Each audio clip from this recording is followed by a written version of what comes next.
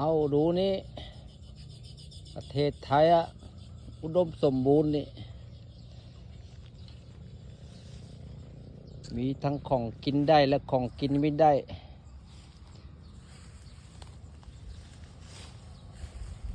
หญ้าขึ้น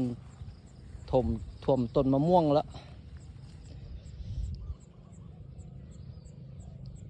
อุดมสมบูรณ์ขนาดไหนดูเองครับประเทศไทยอะดูป่ายุคานั่นเต็มไปด้วยหญ้าต้นมะม่วงก็หญ้าขึ้นเต็มหมดแล้ว